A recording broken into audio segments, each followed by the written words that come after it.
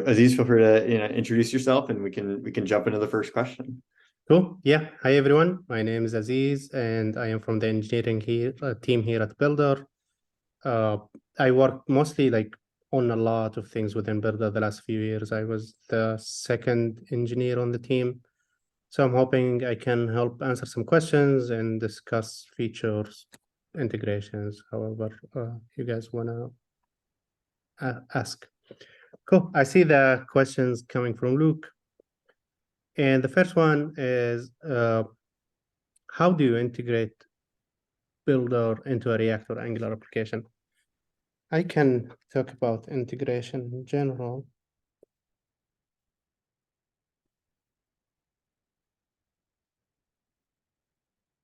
I'm sorry, did I jump steps before answer question?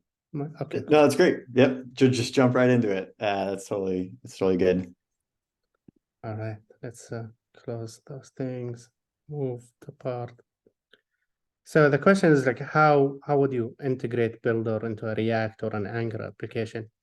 And it's really it's down to what are you aiming to integrate? Is it Builder can work with multiple types of integrations.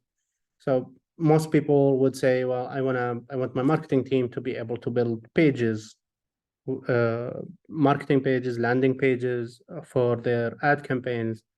And this would be having to create a page model within Builder and integrate it within your code base. Sometimes you would want to integrate sections like product page editorials under the product info or announcement bars, etc. Sometimes you just want a structured data model, and this is the classic headless CMS use case. You've seen it over and over with competitors in general in the market. And if you're used to headless CMS, it's basically all it says is it's an API. You build a schema, like let's say your page has a hero product, few columns. You expose the schema to the marketing team through the headless CMS editor, defining a title, an image, a CTA, URL, a link, and a text. And then you make an API call and you get that data and you read it within your code base. What's different, this is also available in Builder. So basically you can hit an API call and get to those data, read them as if you would just a simple data entry. But what Builder comes in and say, you can build those visually. And the integration is basically 2 points. The first one is getting the right JSON from the API. And to get the right JSON from the API, you want to pass things from the context. Like if it's pages, you say, well, here is my URL. It's /about us. Let me get the correspondent entry for the /about us. You get that JSON, you pass it to a components coming from the SDK, and it renders as expected, as built by the user on the Builder dashboard. You can this data it's basically it describes what the SDK should render. So if it's actually maybe it's better I show you in here. So when I drop in a text, if I press Command E, this is what the data on the JSON coming from. It just says, hey, render a component that's named text component, and those are the styles applied. If the user would have changed the styles, the JSON would reflect that, and the API would and the SDK would understand that this means we want the background color, or actually the font color, to be this color. So, and then those are so when you before this line, basically what's available here is all the built-in components within Builder: text, images, columns. What if you want to enrich that with things that's specific to your use case? Then you would register custom components. This is an oversimplification. This usually you would say, I have a hero components and it's accept inputs of like CTA, text, image, subtitle, title, whatever you want to add, and those of type text, you can have default values. A good examples of this would be, remind me later, would be the React design system. Here you can see many custom components written with advanced use cases. Actually, I think it has a fiddle as well. So those are, by default, those are the basics. Those are coming from Builder.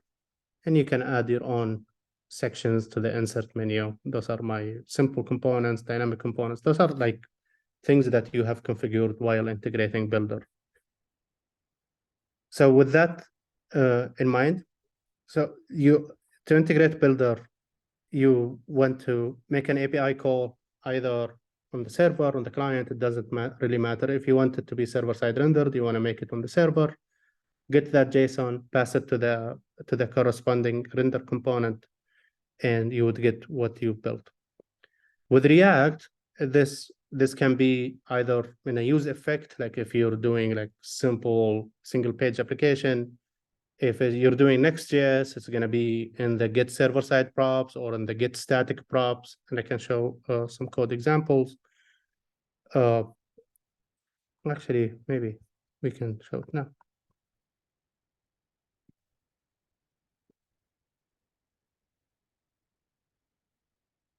The simplest one.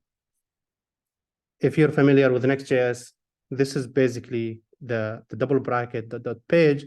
It means match all routes. So they do folder-based routing. And in the get static props, I'm looking at the params.page, and I'm saying to Builder, hey, give me the page that corresponds to the URL path. And I pass that URL path. I get that page, and I pass it down to the Builder component here.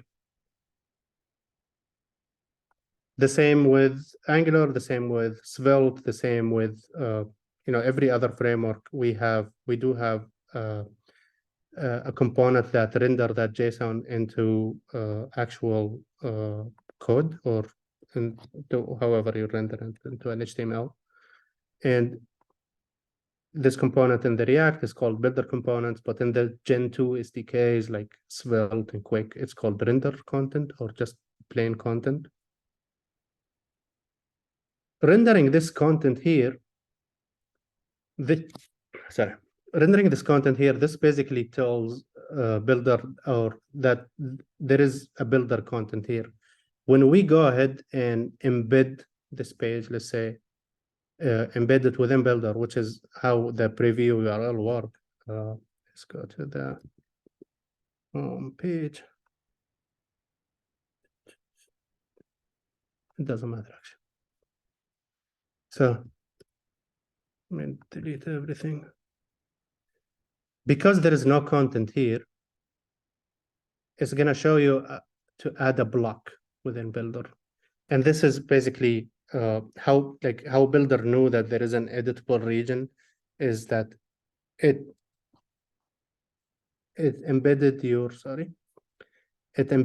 your site, and within this site there is a Builder component rendered. And this Builder component sending a message. It's like window post messages up there saying, hey, I have this editable region within this page that you're seeing, and it's going to send messages of the custom components that it has. So it sent a message that's saying, I have a collection box. This collection box accept an input of type collection. In this case, it's a Shopify headless integration. So it shows you that you can choose a collection from your Shopify storefront and pass it down to the custom component. So you would want to make sure that this page renders within the editor, even if there is no matching content. And you want to make sure that to get the API call and render the custom components. To sum it all, those are really the concepts. If we go to the docs, and we see the developer docs. integrating pages, for example, you'll see like most of those frameworks are like basically around those concepts. So in React, plain React, you'll see that we're fetching the content, we're passing it down. And the one thing you want to know, you want to make sure that if we provide you a hook called use is previewing, and there are similarity for each of the SDKs, either a hook or like a flag on the SDK itself.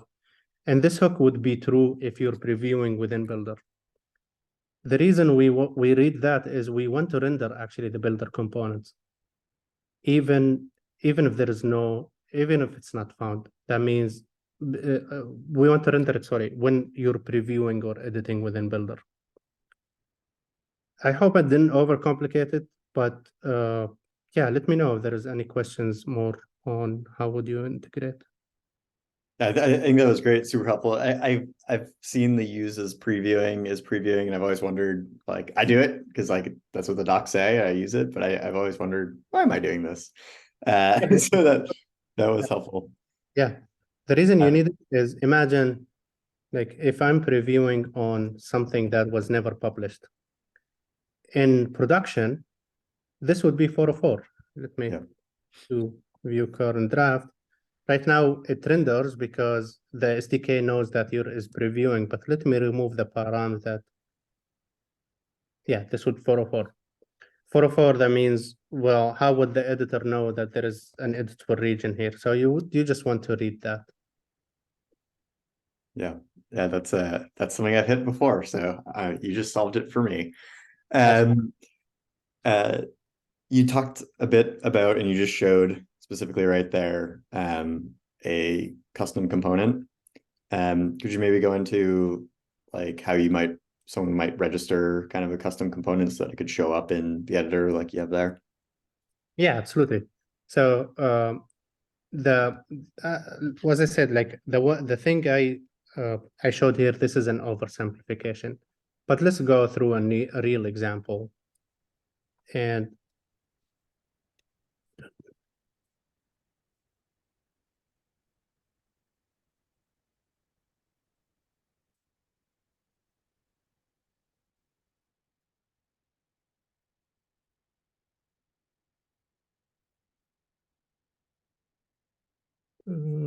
okay, so this is like just a component that you usually would have used within your app, and the component takes an image, a description, a price label, and the name, and it's going to render it as if it is a product.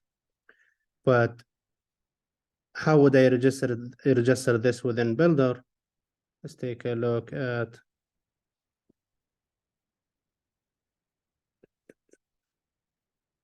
usually, oh yeah, maybe I picked the only one that does not have a registration. Maybe a hero would be. So here, this is a very simple hero component. It uses the parallax from React Parallax just to show you that you actually rendering within your code. So you have access to everything, really, everything that's within your code. And then within the registration, you say, hey, show in the your this is actually a post message coming up to the editor that says show an option called hero and show this image. And if we go to, sorry, so many things. And maybe it's better I show you what it looks like.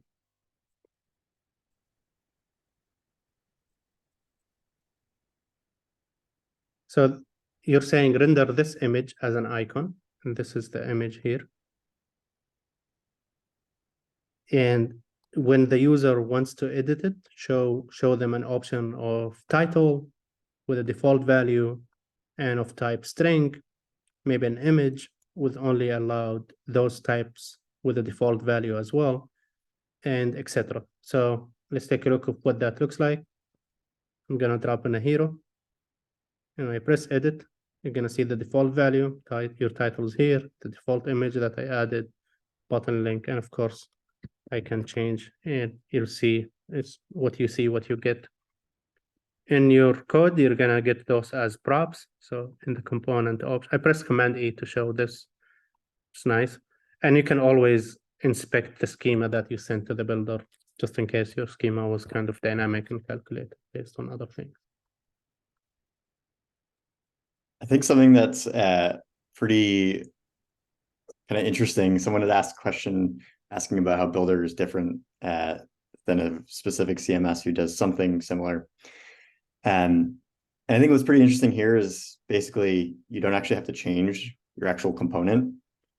You kind of just register the props that you need to send in, rather than having to actually change this component itself, which I think is really, really neat. Definitely worth kind of calling out as pretty unique.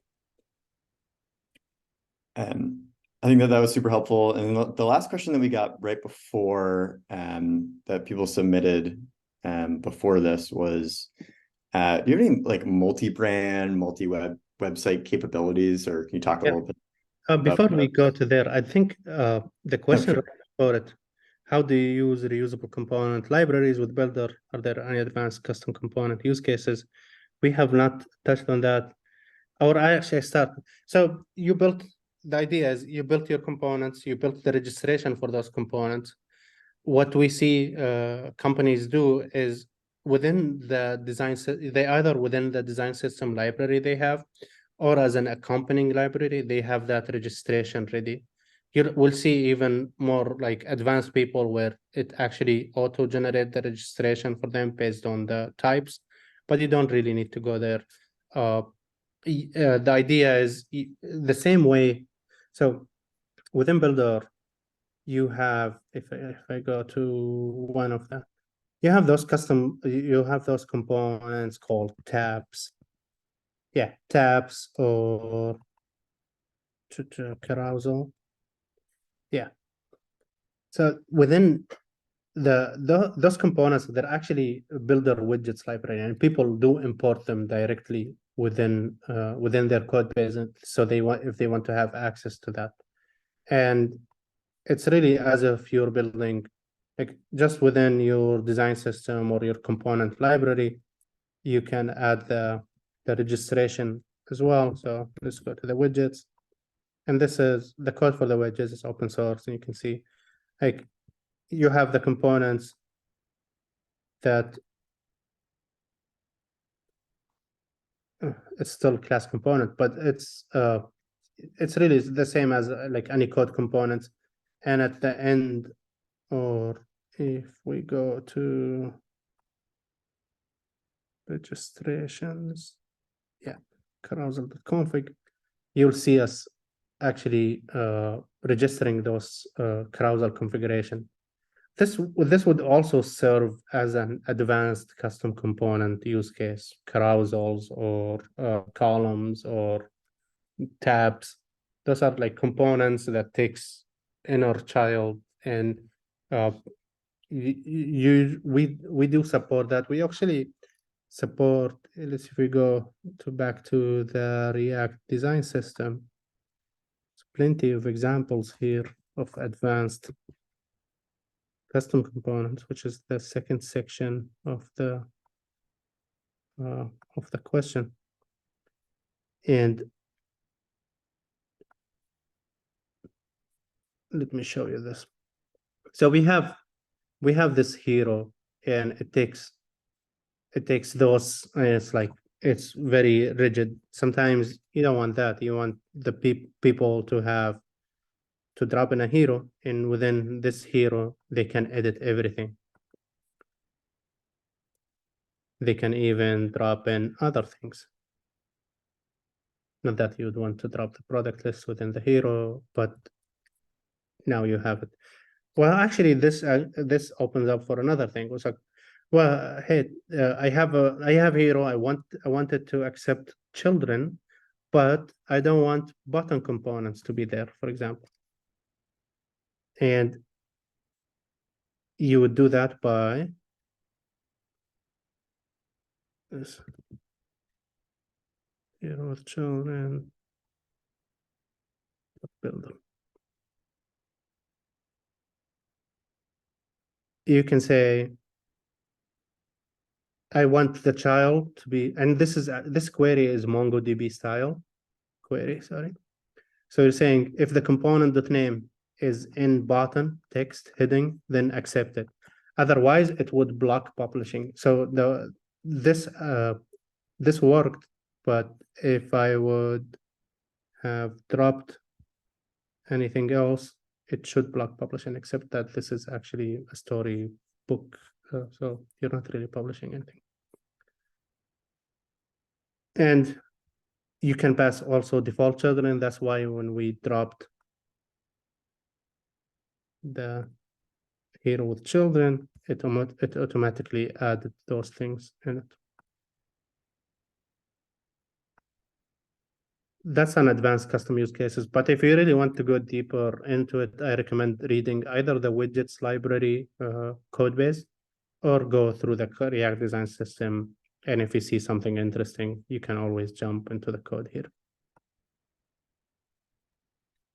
Yeah, I think that's something really good for teams who are, scaling and already do have a design system, or at least have that approach. We've seen that across a couple customers.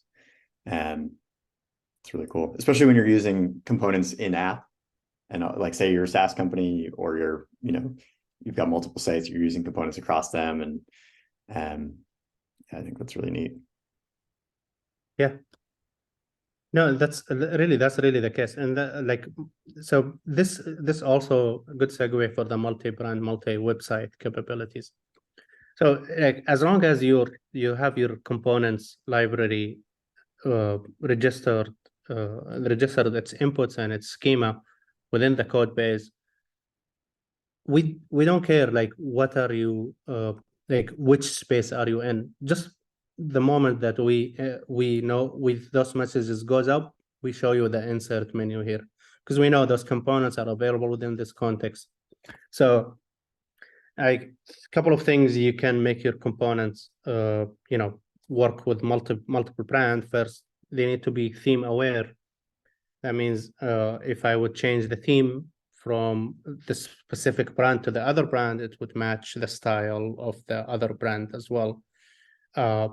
Most of the like multi-brand, multi-website within Builder, it can be within first if they are the same team, same everything, same components. They can live within the same space, and you would utilize targeting.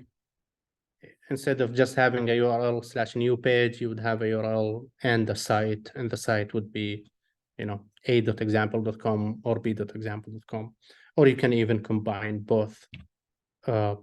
That's one thing. Or if they have in a bigger scenario where they're completely separated teams, we want the content to be isolated between those teams, let's say multiple stores or like a company that has multiple other stores, and you want to separate them. First, you would share the basic component or the components that you register within your custom code base between them through the library. The second, we do allow you to, like, let's say you built this, you can save it as template. When you save as template, you can save across all your organization. This would make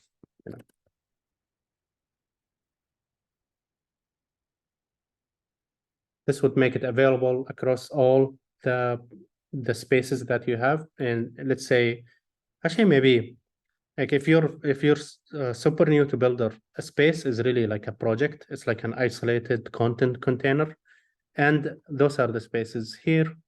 And an organization is really like it's like a combo of multiple spaces that serve one organization, one company in this case. Cool. So you have the cross organization templates. We also allow you to save symbols, and yeah, if you're like super new to Builder, symbols they act as a smarter template, like a template with think of it as your own code component. So you have one entry, you edit, like to say announcement bars, you edit the announcement bar once, within Builder, and every other content that uses that symbol would get updated, because we do actually make the API call whenever you order that content. So think of like symbols, just a a code component. You can make, if I would here, I can mark any section component. I can mark it as a global symbol. And now, since I have it as a global symbol, I can use it in any other space. So if I would go here, and then my Builder app, and pass in a simple. Now, if I edit, I choose to wait, maybe it needs to enable a feature flag for me that I disabled earlier or something. Yeah. So now I enabled it. This is actually default for all, so you don't have to worry about what I did right now.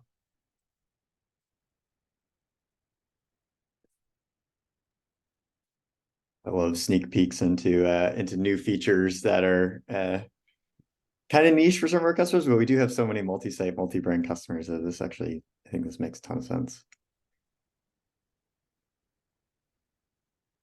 It's not showing for some reason.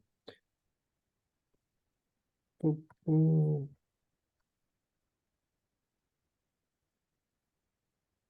Yeah. Is this an enterprise space, maybe?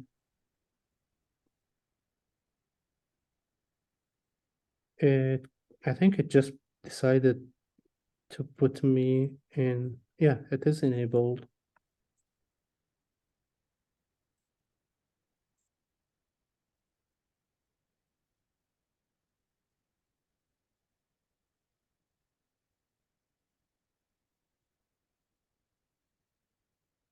And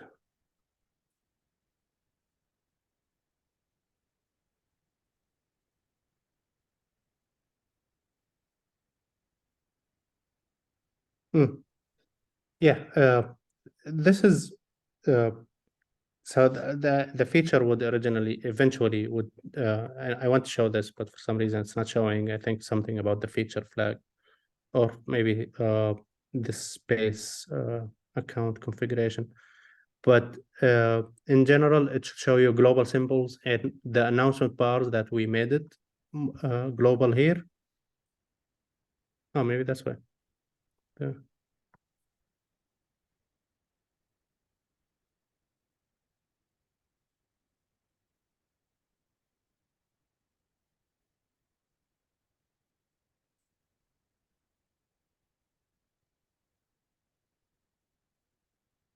I guess we found a bug. It's not, that's what.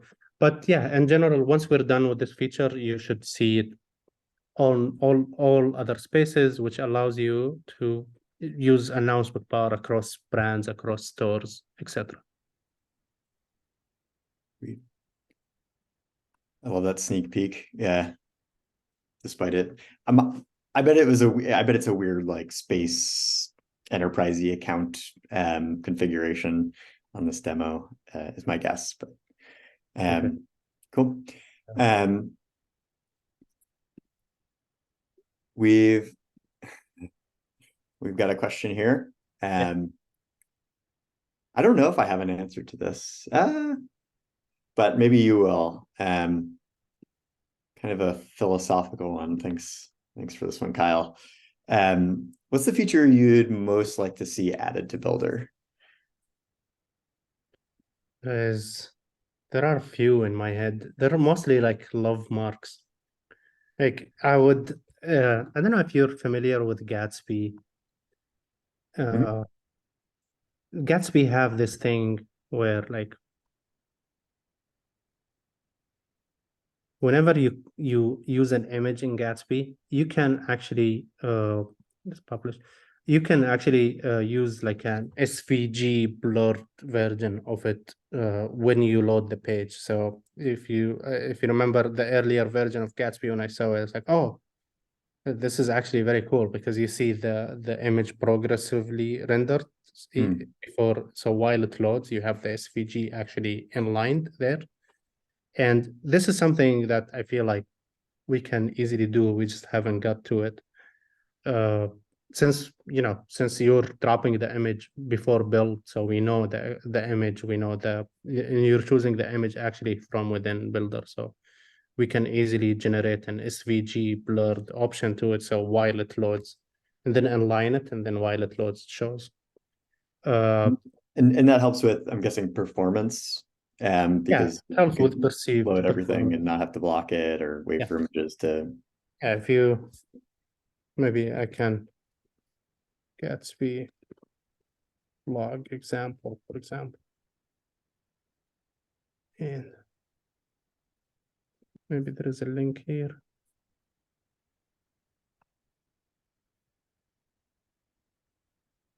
Yeah, you see this progressive thing that happened.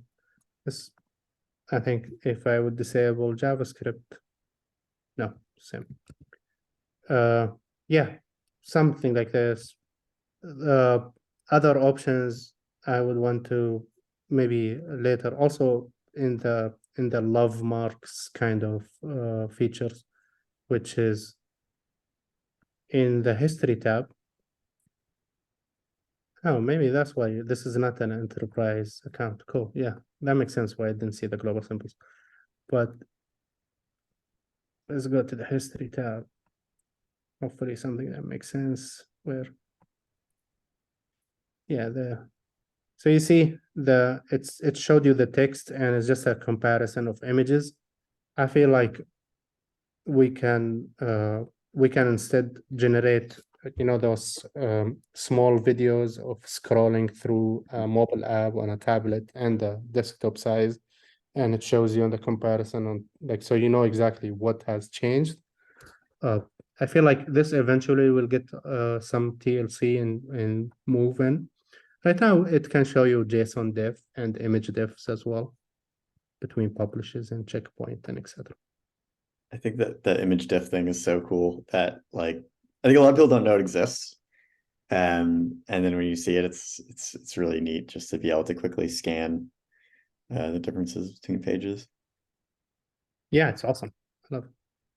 I think my feature I'd like to see added to Builder, maybe I'll hint towards something, but I think if you follow Steve on Build on Twitter, he did a poll about where an engineer's time is spent, and a lot of that time is in the workflow from taking something that's a Figma design um, into code or into turning that into a live web page or any sort of digital experience.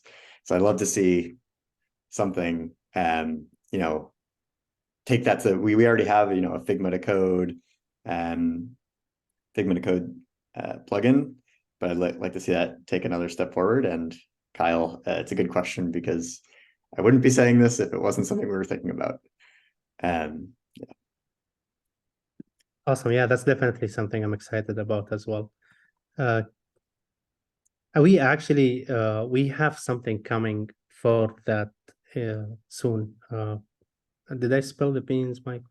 I was going as far as I think we should go before spilling the beans. Okay, okay. But there is something very cool coming in that Figma to code.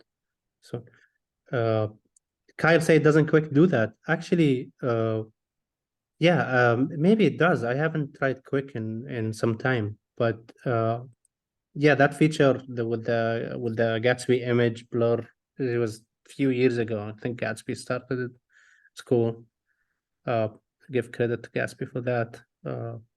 Probably the only thing that I like about Gatsby. I heard nothing. So, does anybody else have any questions while we're here?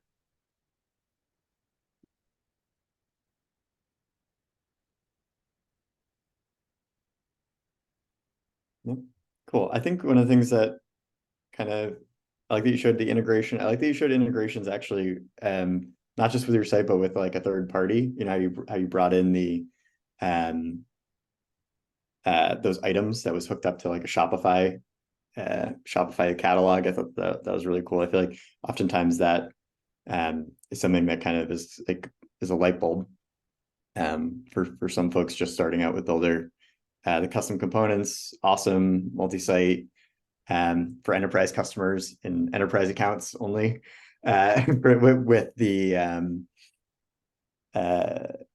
global symbols across multiple sites is super, super cool. It's pretty unique too. So I think we covered pretty much many of the things folks ask about when getting started. Is there anything else you think we should cover today? Since we don't have any questions left. Nothing comes to mind. Only like when it comes to the integration, the things I explained is that this is really mostly like on the key concepts, important things to understand. But if you're in a crunch of time, we do have dev tools coming. It's already up for Next.js and Remix, I think, and Quick. Quick, yeah. And the dev tools, Maybe it's hydrogen. it's a command line. You can easily integrate Builder by answering 1, 2, 3, 4, next, and you're good. We can send the link to that also in the follow-up. Yeah, absolutely. Sweet. Well, thank you everybody for joining today, and thank you so much, Aziz, for showing code, going through this, showing some new features, hinting towards ones coming down the pike. Yeah, I really appreciate it.